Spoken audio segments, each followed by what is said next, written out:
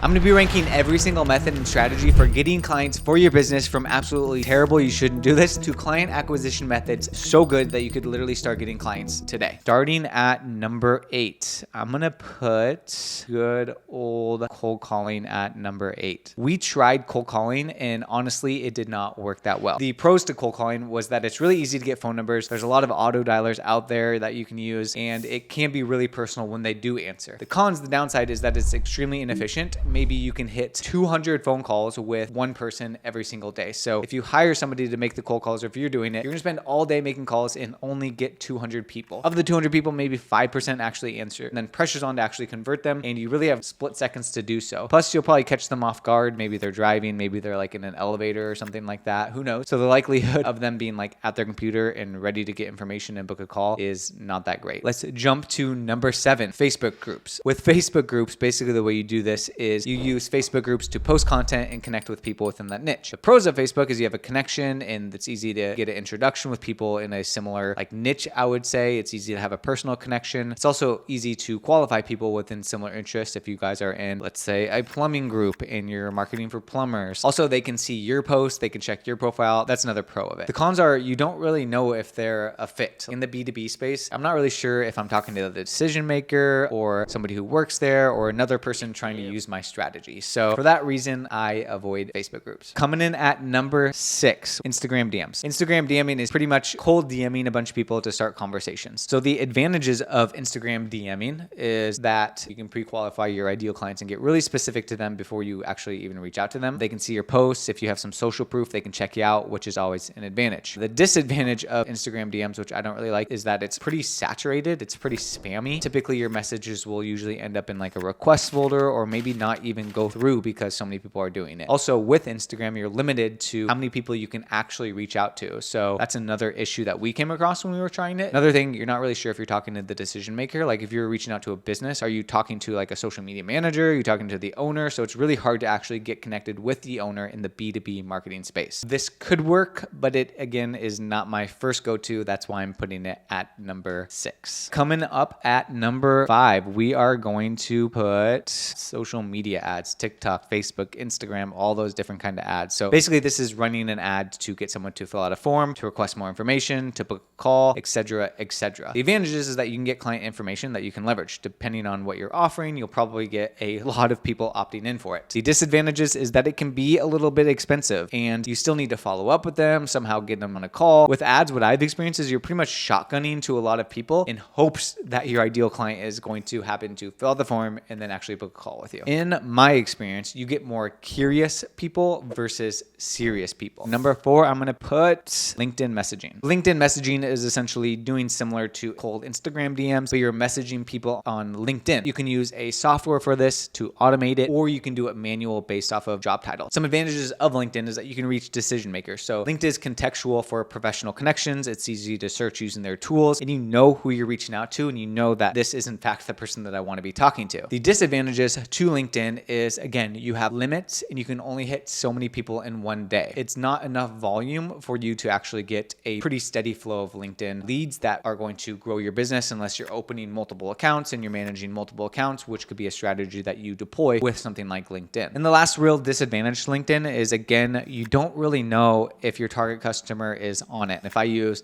a plumber example or maybe a home service niche, are they actually on LinkedIn and active on LinkedIn, or is a lot of people like me using LinkedIn to find more business? Maybe, maybe not. Maybe they're not really keen to it because they're busy running their business. Number 3, I'm going to put organic / building a brand. Basically, building a brand is doubling down on your social media content, your website content, your YouTube content, etc., etc. The advantages of this is that you scale trust. You draw people into your brand, people get to know you, and when it does come time to sell with the people who have been engulfed in your brand, it's way easier to sell. They're already bought into you. They're already understanding the problems that you're solving if you are communicating from a brand perspective to your niche's pain points, and you're doing this consistently and you're doing it well. The disadvantages of building a brand, however, and just focusing all just on building a brand is that it takes time. It's not like you're going to start posting content this week and you're going to get flooded with a bunch of new clients. It's a long game. It's not instant results. It does take time. It does take money as well to build the brand, which is why I'm not putting it on a higher ranking. But with our agency, we really doubled down on brand because that's what we did a lot for other customers, and we saw a lot of fruit from it, and we were able to definitely grow our business using brand. Coming in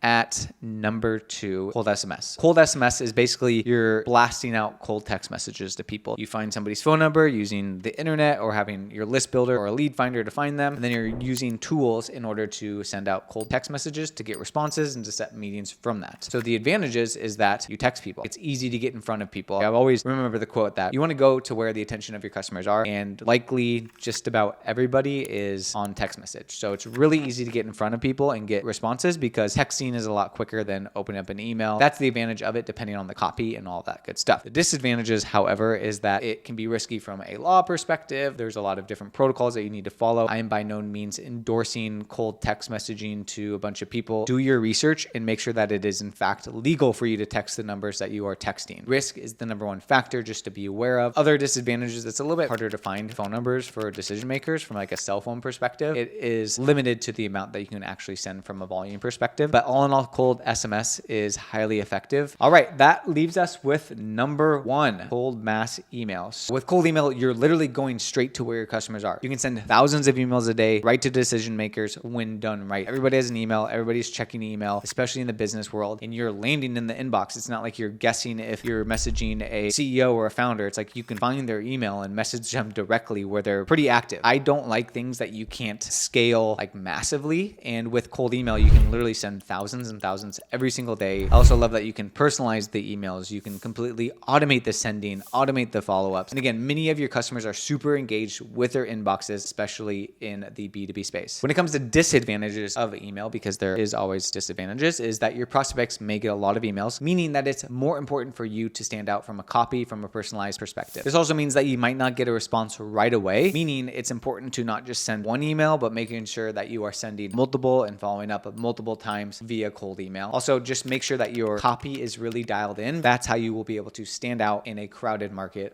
somebody's inbox, especially a B2B decision maker. All in all, to me, cold email is the best lead generation tactic that you should learn and use ASAP before trying any of the other ones discussed here. Now that you know that cold email is the best way to get clients for your business, you might face the problem of not knowing how to do cold email effectively, which is exactly why we put together this video here, which covers everything that you need to know about cold email as a beginner. By the end of watching the video, you should be able to learn how to get clients for your business on repeat. Thank you guys so much for watching. If you liked it, please be sure to give it a thumbs up. And if you haven't already, please be sure to subscribe to the channel where we post more videos just like this one.